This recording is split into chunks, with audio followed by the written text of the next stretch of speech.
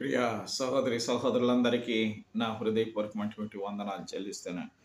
ఈ సమయంలో ఎహెజ్కేల్ గ్రంథం 18వ అధ్యాయము 9వ వచనం చదువుకుందాం. యథార్థపరుడై నా కట్టడలను గైకొనుచు నా విధులను అనుసరించుచుండిన ఎడల వాడే నిర్దోషియగును, నిజముగా వాడు బ్రతుకును. ఇదే ప్రభు అయిన యెహోవా వాక్కు. In English, walks in my status and keeps my rules by acting faithfully, he is righteous. He shall surely live, declare the Lord God. అని వ్రాయబడి ఉంది.